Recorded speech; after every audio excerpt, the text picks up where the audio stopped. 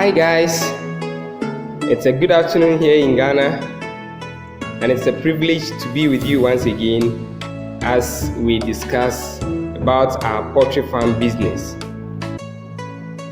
Yes, today we are looking at 5 reasons why poultry farms fail in Africa, and specifically in Ghana. 5 reasons why poultry farms or livestock business fail in Africa, and specifically in Ghana.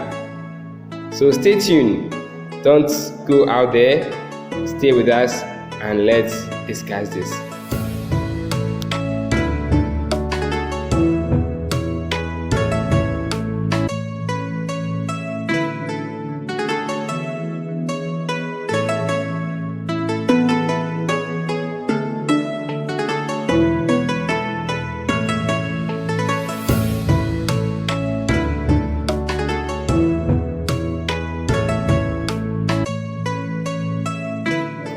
Welcome back.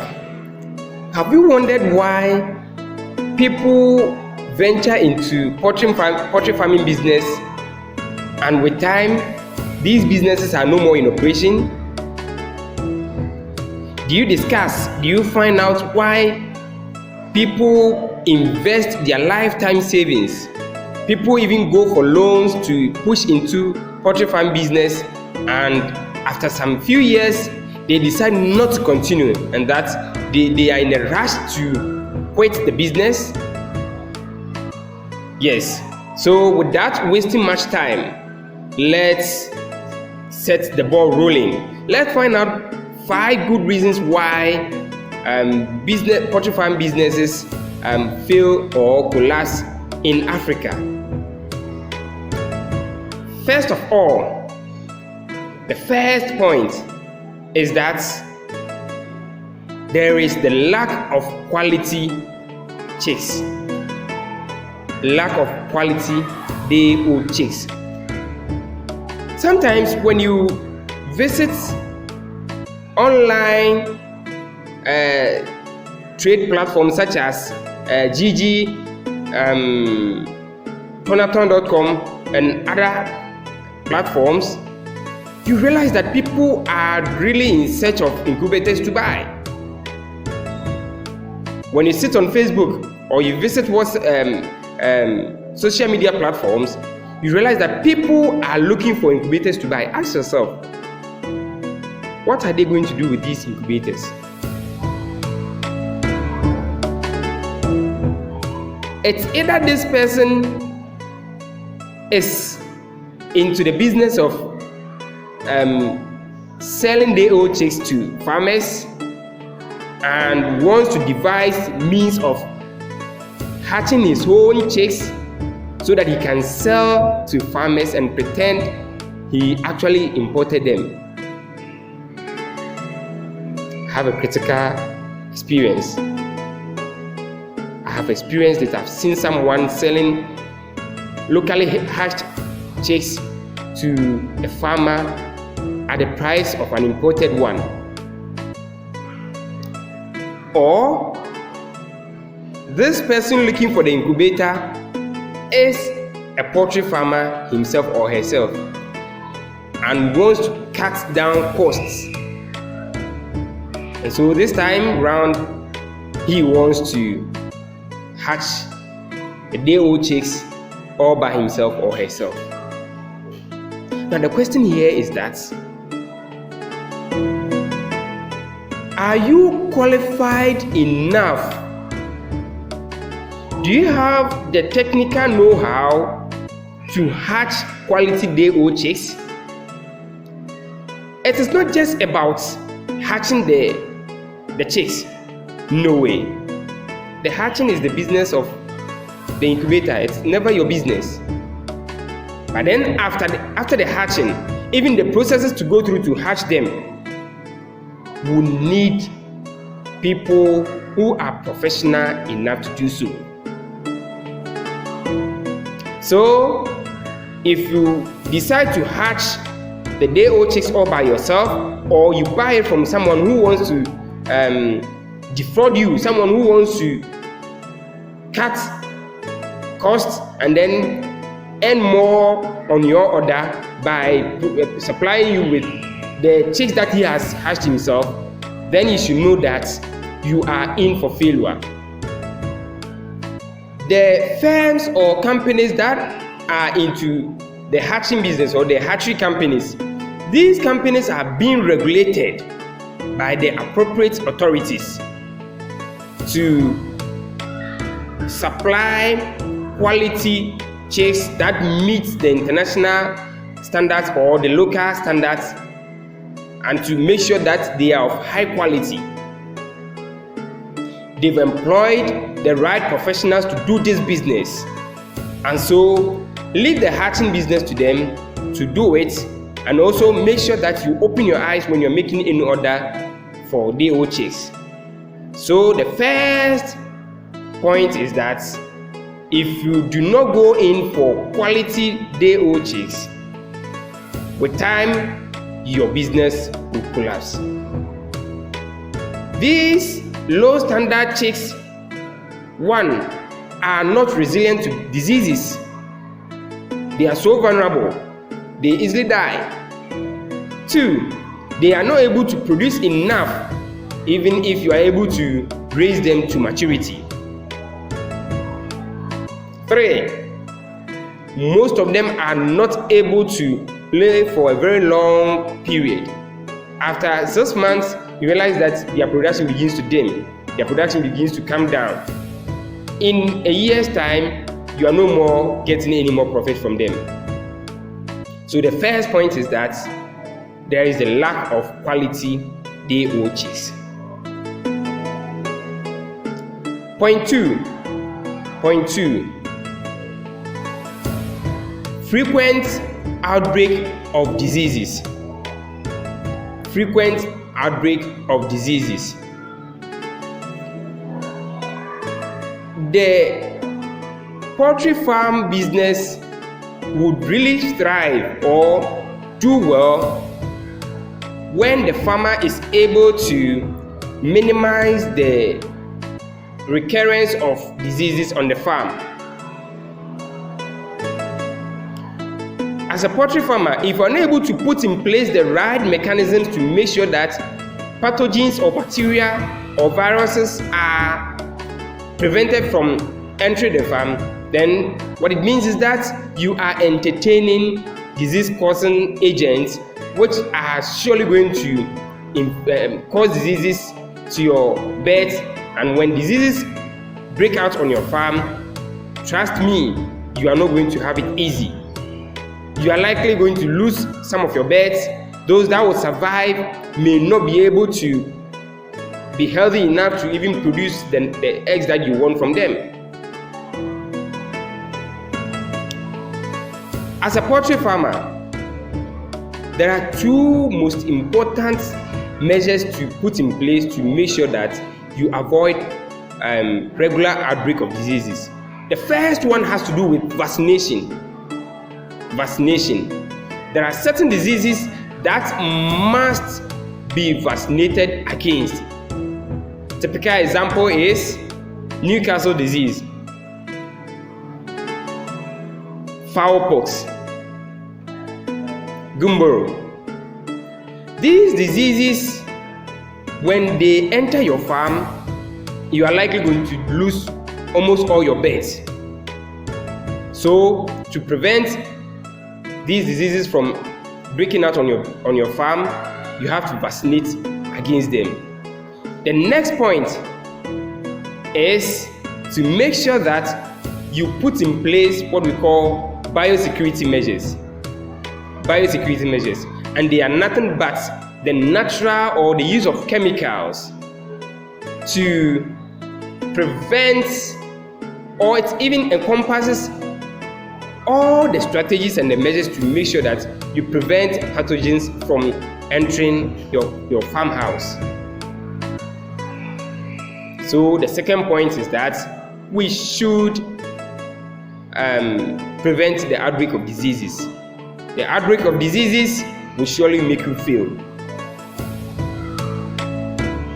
Number 3, Number 3, that is point 3. Inappropriate preparation or inaccurate preparation. Sometimes, there could be shortage of eggs or poultry products on our markets, especially in our part of the world. There are certain periods in the year where festivities and certain programs would wipe out the poultry products in the system. And so when it happens this way, there is this perception that poultry farmers are really cashing in. They are making money. So someone sitting somewhere will just decide that, okay, then I also want to enter into poultry farm business because there's money in it.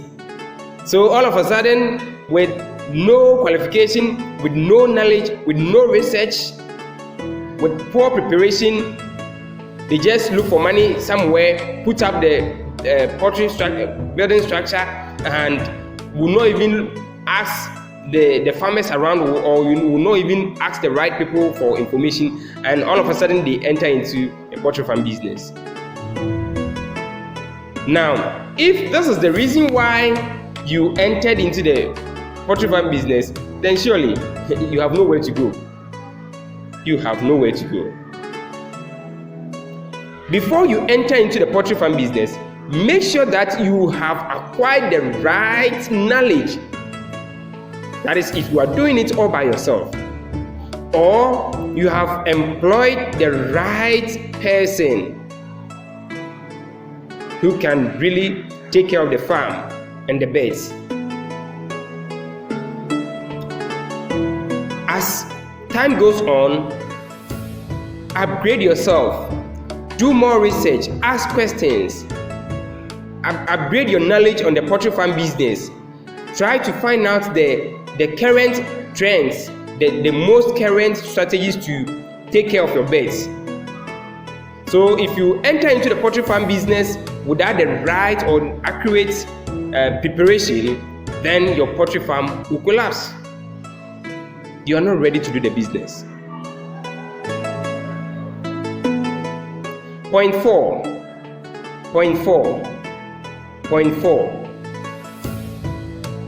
Lack of reinvestment.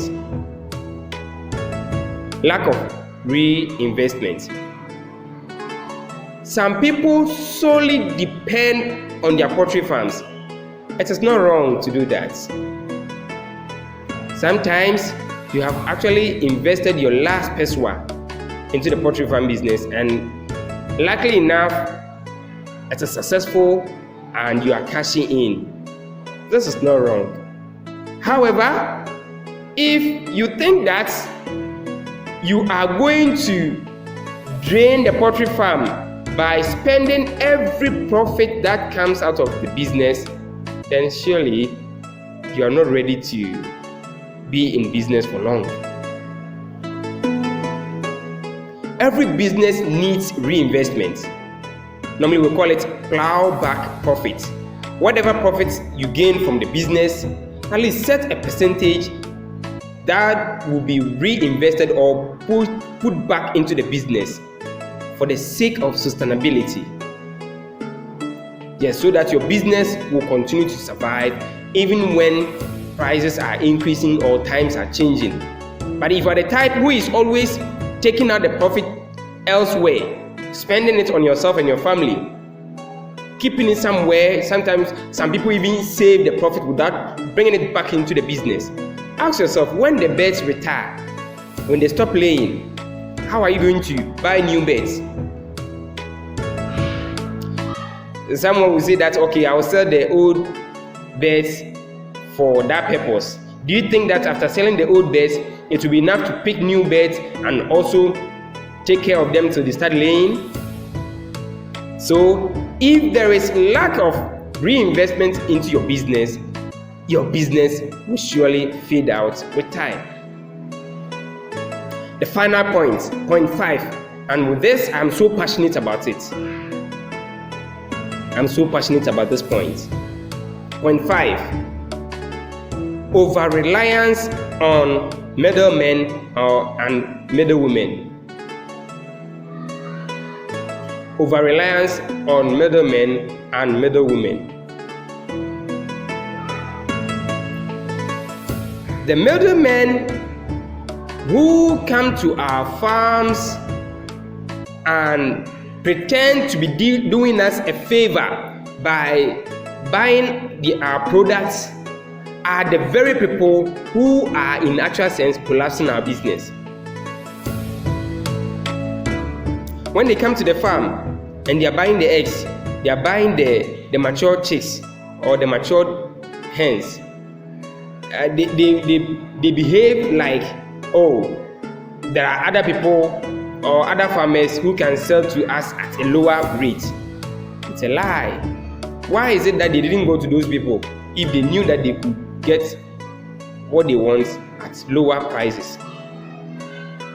They come and make you think that, in fact, you are in the wrong business. They come and make you think that if they do not buy your product, there is no one else in this world who will buy your product. So psychologically, they prepare our minds to accept any price that they offer. Sometimes they come and even tell you how much profit they are making on the things they are buying from you, and it's such that they are, in actual sense, they are not making any profit. If you are not making any profit, why are you still in the business? They will tell you, I buy it from you at this price and I sell it at this price, so I just gain something small. Just ask another person or pretend and disguise yourself and go to where they sell their products or the things they buy from you and decide to buy from them, and you see that they are really cheating you. They want to milk you dry and then rather enjoy from the fruit of your labor. So these people are in no way helping us. They are not helping us. They are another reason why our farms are collapsing. They buy it at the prices that will not sustain our business, and they don't care because they know that there are more people who are into the business, and that if you collapse today, there is someone sitting somewhere who is hatching the idea of entering into the poultry farm business. So they will migrate to those people. So don't over-rely on middlemen and middlewomen to sell your products. In fact, I sell to them when there is enough supply of poultry products in the system, and that sometimes my customers are really not buying much from me. But when I realize that the market is fair, I don't deal with them because they will not help you survive in the near future. The advice I'll give to you is that go out there all by yourself. Look for the end users of your products, the food sellers, the restaurants, the individuals. Talk to them, strike a business deal with them, and supply to them directly. No matter what, no matter how much you're going to sell them, it will never be as equal or as expensive as the middlemen will sell to them. So surely your price will be lower if you talk to them directly. The middlemen or women should be made to understand that without us, they are not in business, and not that without them, we are not in business. Thank you very much for watching our video to the end, and make sure that if you're a poultry farmer or if you want to come into the poultry farm business, you put these measures into consideration. Make sure that you avoid outbreak of diseases. Make sure that you prepare enough for the business. Make sure that you go for the right and the quality checks. Make sure that you do not over-rely on middlemen or women, and make sure that you put back a percentage of your profits into the business. And if you do all this, surely your business will survive.